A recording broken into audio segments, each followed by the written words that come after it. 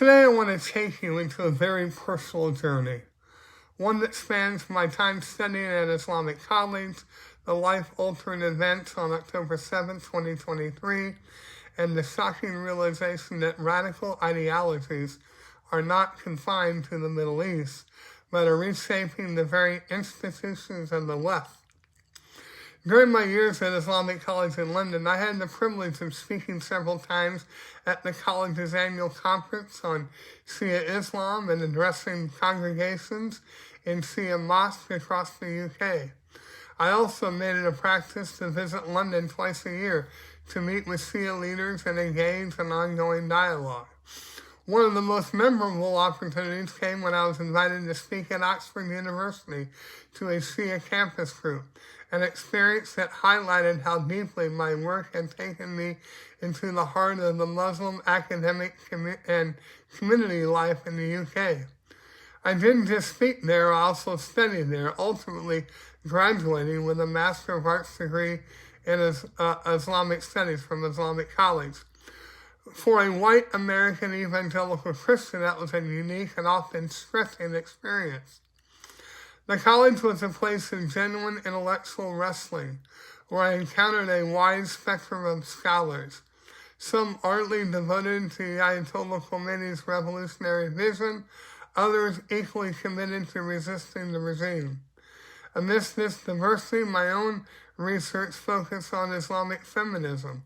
I wanted to understand how Muslim women, often constrained by patriarchal interpretations, were reinterpreting their tradition from within.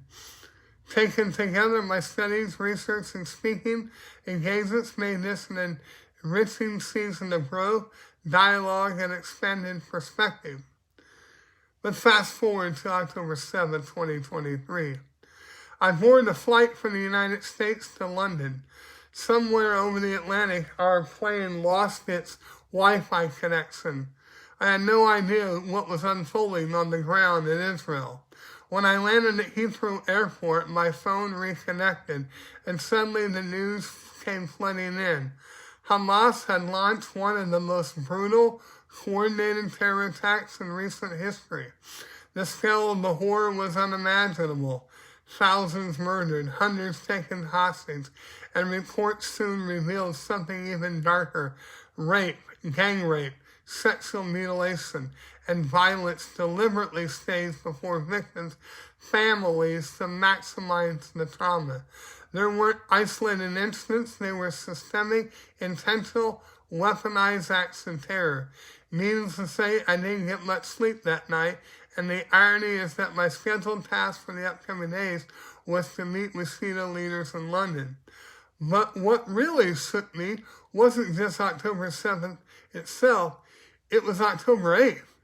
The next day, I stepped out into the streets of London and I witnessed something I never thought I'd see: massive, organized, pro-Palestinian demonstrations erupting before Israel had even responded. What stunned me was not just the size, but the speed. Records later showed that the Palestinian Solidarity Campaign had already been in contact with London's Metropolitan Police on October 7th, just hours after the massacre, to secure approval for a massive protest that was the following weekend. By October 8th, the protests were already fully engaged. And October 9th, there were already protests in front of the embassy. And what was interesting is who was behind those protests. There were two different worldviews converging: global Islam and global progressivism. But what I found is Islamic radicalism wasn't just over there in the Middle East, it had now arrived in the West. When I returned home, I began to see the same logic, just dressed differently.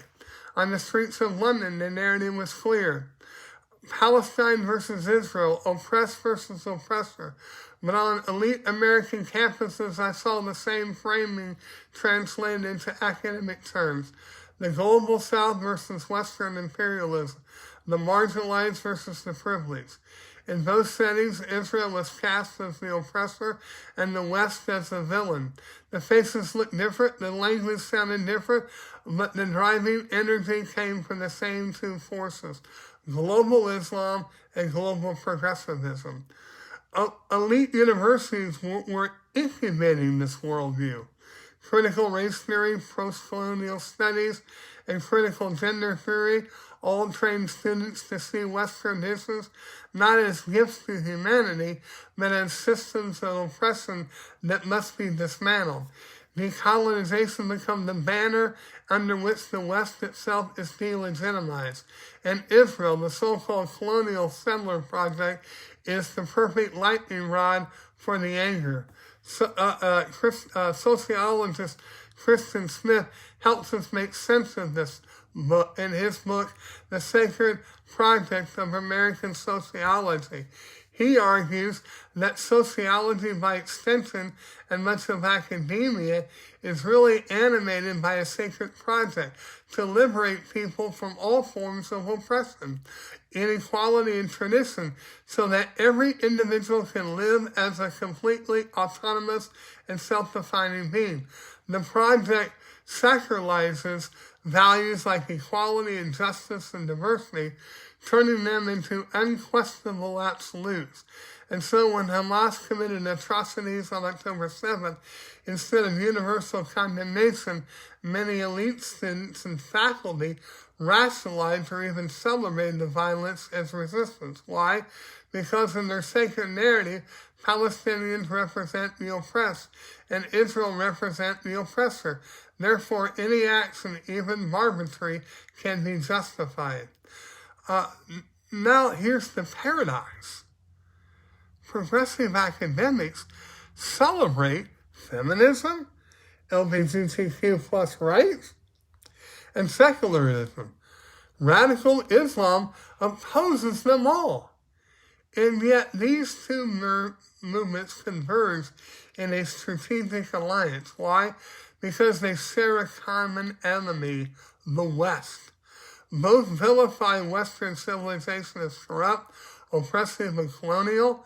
Both use Israel as a symbol of everything that must be resisted, and both rally support by exploiting guilt narratives, slavery, racism, and imperialism. The result is an unholy alliance. October 7th revealed in the full force global Islam and global progressivism standing together against Israel and against the West. But to understand this fully, you also need to grasp the theological side, especially within Shi'a Islam. The Quran itself contains polemics against the Jews, portraying them as those who rejected the prophets, distorted revelation, and portrayed God's messengers. Shia tradition pick up on this and emphasize the rejection of Muhammad by Jewish tribes in Medina as a defining betrayal, a betrayal that continues to echo throughout history. When the Ayatollah Khomeini ignited the Islamic Revolution, he didn't just inherit these ancient polemics, he recast them in revolutionary terms. Jews and Zionism become part of the great Satan, allied with America, representing corruption, imperialism, and godlessness. In his rhetoric, Israel was not just another state, it was a cancerous tumor that had to be removed. From that point on, hatred of Israel wasn't simply political, it became a religious duty baked into the very DNA of the Islamic Republic. And here's where the story takes on even darker cosmic dimension. In Shia eschatology, the central figure of hope is the Mahdi, the hidden 12th Imam, believed to have gone into occultation centuries ago, who will one day return to establish justice and enter in the final victory of Islam.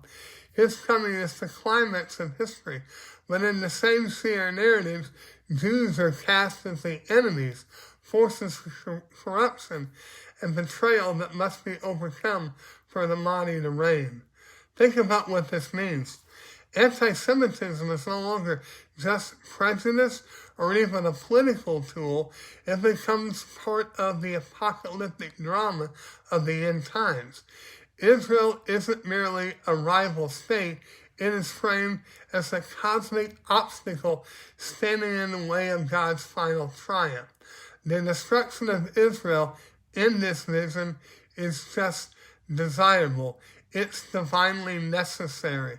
And this theology has institutionalized in Iran today. School textbooks demonize Jews. State media circulates grotesque caricatures. And the annual Al-Quds Day rallies ritualized hatred of the Israel as a religious act. Foreign policy itself is framed around the narrative funding Hezbollah, Shi'a militias, and proxy wars are all portrayed as steps in the eschatological struggle against the Zionist entity. This is why Shia Islam persists. It provides religious legitimacy, political unity, and global influence, and unites Iranians against all external forces from the internal crisis that appeals to the Sunnis by rallying the Muslim world under the banner of resistance. At its core, it's not about the politics, it's about apocalypse. It's about a vision of history where the Mahdi will return to bring peace with a sword and avenge past wrongs. Now, how do we make sense of this? I draw upon Andrew Delbanco's The Death of Satan to help us understand why. He argued that when we lose the vocabulary of the supernatural evil, we don't stop believing in it. Instead, we relocate it. We project it onto people, to communities and nations. We invent new devils. And again, as throughout history, the Jew became that devil. But here's the thing. Anti-Semitism doesn't stay locked in one political box. Evil mutates. It adapts. It finds new channels, new rhetoric, and new disguises. After October 7th, we saw the mutation most clearly in the alliance between progressive movements and Islamic ideologies. Strange bedfellows, nonetheless, shared a common script. Jews as the embodiment of oppression. For the progressive left, Israel became the last vestige of colonialism. For Islamicists, Jews remain the eternal enemies of God. Different vocabularies, same demonization.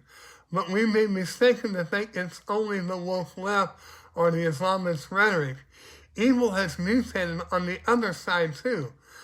On the so-called woke right, voices like Marjorie Taylor Greene, Tucker Carlson, and Candace Owens has traffic and tropes that echo the same old lies. Sometimes it's conspiracy theories about globalist elites, language that has historically functioned as a dog whistle for Jews.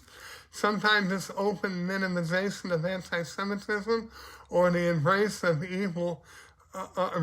fringe movements that recycle Nazi propaganda into new digital forms.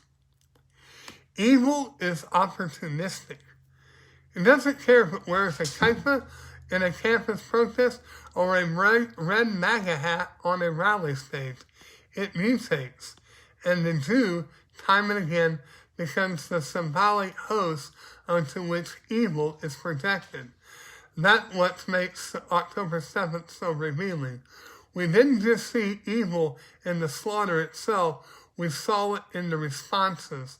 On the left, it appeared as ideological justification. Israel is colonial, therefore Hamas's resistance. On the right, it emerged in the murmurs of conspiracy. Jews were manipulating America's foreign policy, dragging us to another war. The two different poles, yet united in the same supernatural misrecognition. Delbanco was right. We refuse to name evil truthfully as a supernatural reality. We end up blaming our neighbors. and the oldest scapegoat in history, the Jewish people bear the brunt of it. October 7th reminds us that evil is not bound by party lines or political tribes. It mutates. It wears the language of progressivism one day, populist nationalism the next, but underneath shifting costumes, it's the same darkness. And we're going to confront it. We need courage if we're going to do this. Not only do we condemn the atrocities of terrorists, but we also to resist the easy lies of the conspiracy and scapegoating of both sides of the political spectrum. Evil is real, evil is supernatural, and it cannot be defeated by finding new devils. It can only be overcome by the God exposed evil at the cross and triumph over it. For years, I believed Islamic radicalism wouldn't deeply impact the West. I was wrong. I saw it firsthand in streets of London. And when I returned home, I saw it taking root in American universities. What I witnessed in London was clear. Two forces stood behind the hatred of Israel: global Islam and global progressivism. Different theologies, different ideologies, but united in the opposition to the West and to Israel. The battle is just not political, it's theological, ideological, and cultural. Unless we recognize the convergence of these movements, we risk losing the moral clarity needed to resist them. October 7th was more than a tragedy. It was a wake-up call. And for me, it changed everything.